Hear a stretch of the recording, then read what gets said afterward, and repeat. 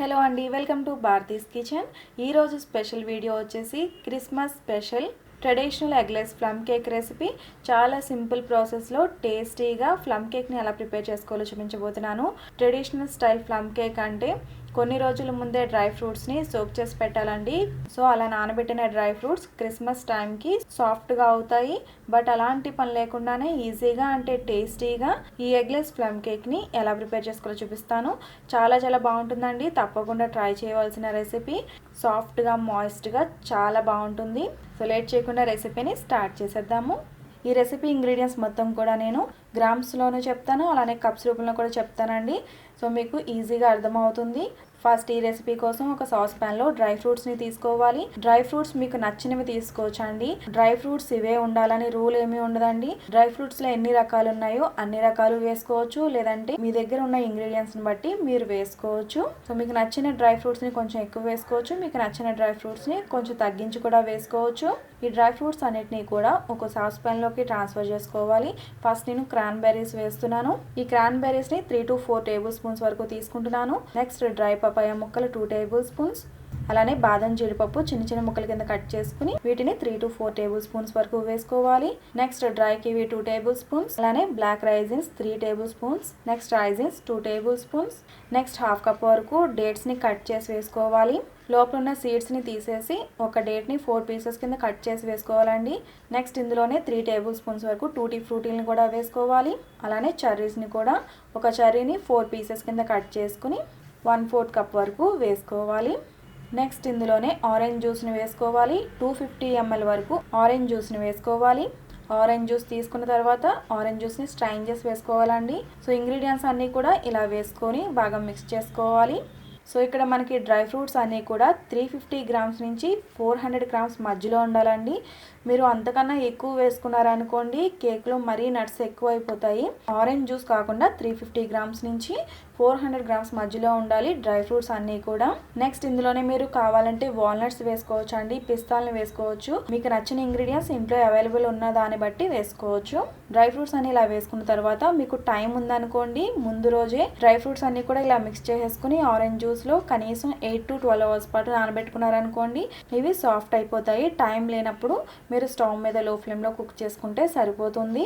ట్రెడిషనల్గా Christmas plum cake అయితే ఈ డ్రై ఫ్రూట్స్ అన్నిటినీ కూడా కొన్ని రోజుల ముందే రమ్లో కానీ లేదంటే వైన్లో కానీ నానబెట్టి పెట్టుకుంటారు. సో అలా కావాలన్నా కూడా వేసుకోవచ్చు అండి. టైం లేనప్పుడు ఇలా ప్రిపేర్ చేసుకోవాలి. డ్రై ఫ్రూట్స్ అన్నీ కూడా మనకి సాఫ్ట్గా అవ్వాలి కాబట్టి అప్పటికప్పుడు ఈ డ్రై ఫ్రూట్స్ అన్నీ కూడా సోక్ చేసి పెట్టినట్లయితే నానవు కదా. సో ఈ ప్రాసెస్ మనం చేసుకోవచ్చు. ఆరెంజ్ జ్యూస్లో డ్రై ఫ్రూట్స్ అన్నీ వేసుకున్న తర్వాత ఇలా లో ఫ్లేమ్లో కుక్ చేసుకున్నారనుకోండి మీకు డ్రై ఫ్రూట్స్ అన్నీ కూడా చాలా సాఫ్ట్గా టేస్టీగా ఉంటాయి. ఇలా 5 to 10 మినిట్స్ పాటు కుక్ చేసుకున్న తర్వాత ఆరెంజ్ జ్యూస్ అంతా కూడా మీకు ఈ డ్రై ఫ్రూట్స్ పీల్ చేసుకుంటాయి. మొత్తం ఆరెంజ్ జ్యూస్లో అంతా కూడా అయిపోయేంత వరకు ఉంచకుండా ఇలా ఆరెంజ్ జ్యూస్ కొద్దిగా ఉండగా స్టవ్ ఆఫ్ చేసుకోవాలి. ఇది పూర్తిగా చల్లారేంత వరకు కూడా పక్కన పెట్టేసుకోవాలి.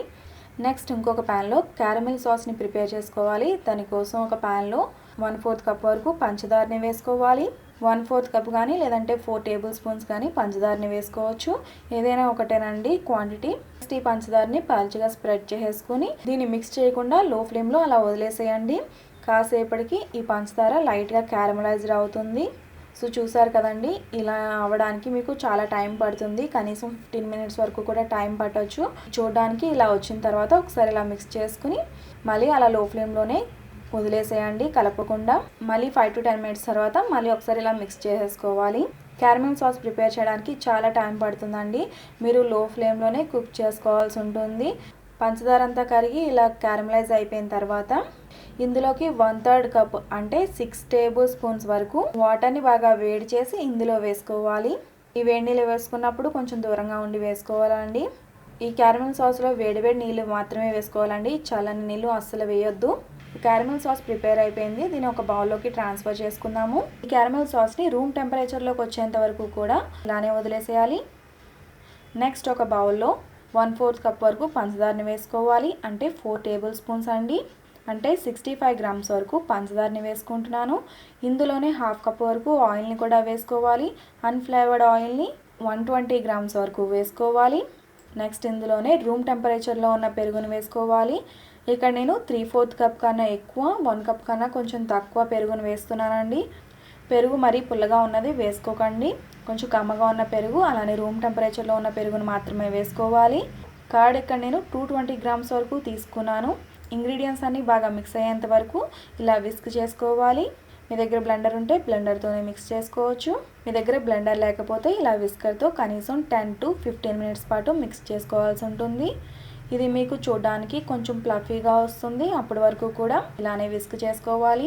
నెక్స్ట్ ఇందులోనే ఆరెంజ్ జెస్ట్ని వేసుకోవాలి. 1 స్పూన్ ఆరెంజ్ జెస్ట్ వేసుకోవాలండి. ఈ ఆరెంజ్ జెస్ట్ వేసుకున్నట్లయితే మంచి ఫ్లేవర్ ఉంటుంది కేక్కి. ఈ ఆరెంజ్ని లైట్గా గ్రేటర్తో గ్రేట్ చేసుకున్నట్లయితే మీకు ఆరెంజ్ జెస్ట్ అనేది వచ్చేస్తుంది. ఆరెంజ్ జెస్ట్ కోసం మనం జస్ట్ ఆరెంజ్ లేయర్ని తీసుకోవాలండి. లోపల వైట్ పార్ట్ని అస్సలు తురమకూడదు అనమాట. నెక్స్ట్ ఇందులోనే 2 కప్స్ వరకు మైదాని వేసుకోవాలి. ఇక్కడ నేను 250 గ్రామ్స్ వరకు మైదాని వేసుకుంటున్నాను.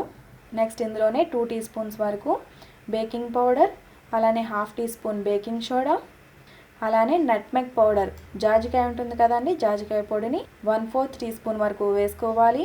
ఈ ప్లేస్లో మీరు నట్మెగ్ పౌడర్ లేదనుకోండి గరం మసాలాని కూడా వేసుకోవచ్చు. నెక్స్ట్ ఇందులోనే 1/2 టీ స్పూన్ సినమన్ పౌడర్ అంటే దాల్చిన చెక్క పొడిని వేసుకోవాలి.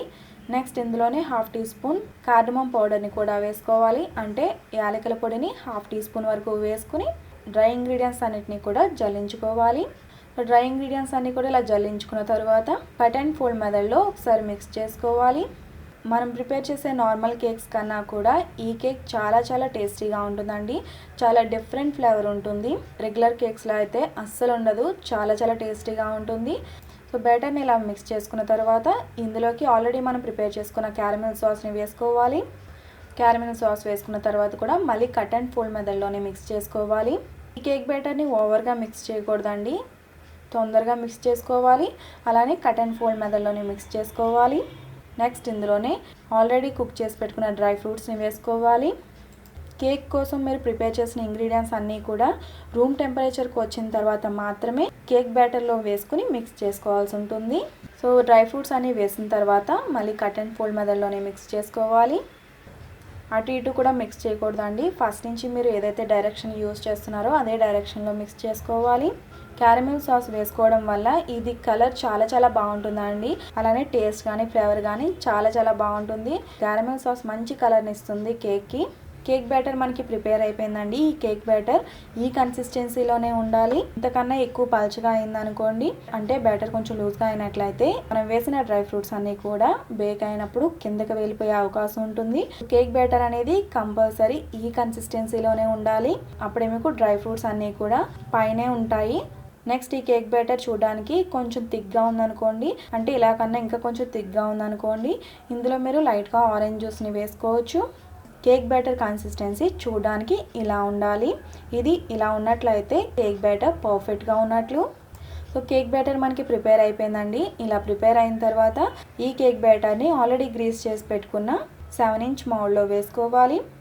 ఈ కేక్ టిన్ 7 ఇంచ్ ఉంటుందండి. అలానే 3 ఇంచ్ హైట్ ఉంటుంది. కేక్ బ్యాటర్ ఇలా వేసుకున్న తర్వాత ఒకసారి స్పాచులాతో ఇలా అడ్జస్ట్ చేసుకుని 2-3 సార్లు ఇలా ట్యాప్ చేసుకోవాలి. నెక్స్ట్ పైన మీకు నచ్చితే డ్రై ఫ్రూట్స్ని కూడా వేసుకోవచ్చు. డ్రై ఫ్రూట్స్ పైన వేసినట్లయితే కేక్ చూడడానికి చాలా చాలా బాగుంటుందండి. డ్రై ఫ్రూట్స్ అన్నీ కూడా పైన ఇలా గార్నిష్ చేసుకున్న తర్వాత ఈ కేక్ని మనం బేక్ చేసుకోవాలి. మీరు నార్మల్ ప్యాన్లో కూడా బేక్ చేసుకోవచ్చు అండి. ఇక్కడ నేను ఓవెన్లో బేక్ చేస్తున్నాను. 170 డిగ్రీస్లో కనీసం 15 మినిట్స్ పాటు బేక్ చేసుకోవాల్సి ఉంటుంది. మీరు ఈ కేక్ని 160 కానీ 170 డిగ్రీస్లో కానీ బేక్ చేసుకోవచ్చు. అలానే ఈ కేక్ బేక్ అవడానికి కొంచెం ఎక్కువ టైం పడుతుందండి. కనీసం 15 మినిట్స్ నుంచి 65 మినిట్స్ మధ్యలో టైం పట్టొచ్చు. ఓవెన్ కెపాసిటీని బట్టి అలానే వాట్స్ బట్టి కూడా బేకింగ్ టైం అనేది ఉంటుంది. సో 15 మినిట్స్ అయిన తర్వాత ఓవెన్లోంచి తీసి బయట పెట్టుకోవాలి. సో కేక్ బేక్ అయిందో లేదో మీకు ఇలా టూత్ పిక్ కుచ్చి చూస్తే తెలుస్తుందండి. టూత్ పిక్ క్లియర్గా వచ్చినట్లయితే ఈ కేక్ బేక్ అయిపోయినట్లే. టూత్ పిక్కి కేక్ బ్యాటర్ అంటుకుంది అనుకోండి, ఇంకొక 10 మినిట్స్ పాటు బేక్ చేసుకోవాల్సి ఉంటుంది. సో మనకి ఇక్కడ కేక్ ప్రిపేర్ అయిపోయింది కాబట్టి ఒక క్లాత్తో ఈ కేక్ మౌల్డ్ని క్లోజ్ చేసుకోవాలి. ఇలా మన క్లాత్తో కవర్ చేసినట్లయితే కేక్ పైన మనకి హార్డ్గా ఉండకుండా చాలా సాఫ్ట్గా ఉంటుంది. కేక్ బాగా చల్లారిన తర్వాత దీన్ని డీమౌల్డ్ చేసుకోవాలి. నెక్స్ట్ పైన ఉన్న బటర్ పేపర్ని రిమూవ్ చేసుకోవాలి. కేక్ చూసారు కదండి, ఎడ్జెస్ కూడా చాలా సాఫ్ట్గా వచ్చాయి. 160 డిగ్రీస్లో కానీ 170 డిగ్రీస్లో కానీ మనం ఈ కేక్ని కుక్ చేసుకున్నట్లయితే లోపల వరకు ఈవెన్గా కుక్ అవుతుంది. అలానే పై లేయర్ హార్డ్గా కాకుండా ఉంటుంది. సో ఇలా నేను చూపించిన విధంగా పర్ఫెక్ట్ కొలతలతో మీరు ఈ కేక్ని ప్రిపేర్ చేశారనుకోండి, చాలా చాలా టేస్టీగా ఉంటుంది, చాలా పర్ఫెక్ట్గా వస్తుంది. ఈ క్రిస్మస్కి ఈ ఎగ్లెస్ ప్లమ్ కేక్ని ట్రై చేసి చూడండి, చాలా చాలా బాగుంటుంది. ఎవరికి పెట్టినా కూడా చాలా టేస్టీగా ఉందంటారు, అంత బాగుంటుంది. ఈ రెసిపీని మీరు కూడా తప్పకుండా ట్రై చేసి మీ ఫీడ్బ్యాక్ని నాకు ఈ వీడియో కింద కామెంట్ సెక్షన్లో తెలియజేయండి. ఈ రెసిపీ మీకు నచ్చితే తప్పకుండా లైక్ చేయండి. రెసిపీ ఎవరికైనా హెల్ప్ అవుతుంది అనుకుంటే ఈ రెసిపీని తప్పకుండా మీ ఫ్రెండ్స్ అండ్ ఫ్యామిలీస్కి షేర్ చేయండి. మరిన్ని మంచి రెసిపీస్ కోసం నా ఛానల్ సబ్స్క్రైబ్ చేయండి. అలాగే తర్వాత వచ్చే బెల్ ఐకాన్ కూడా క్లిక్ చేయండి. Thanks for watching.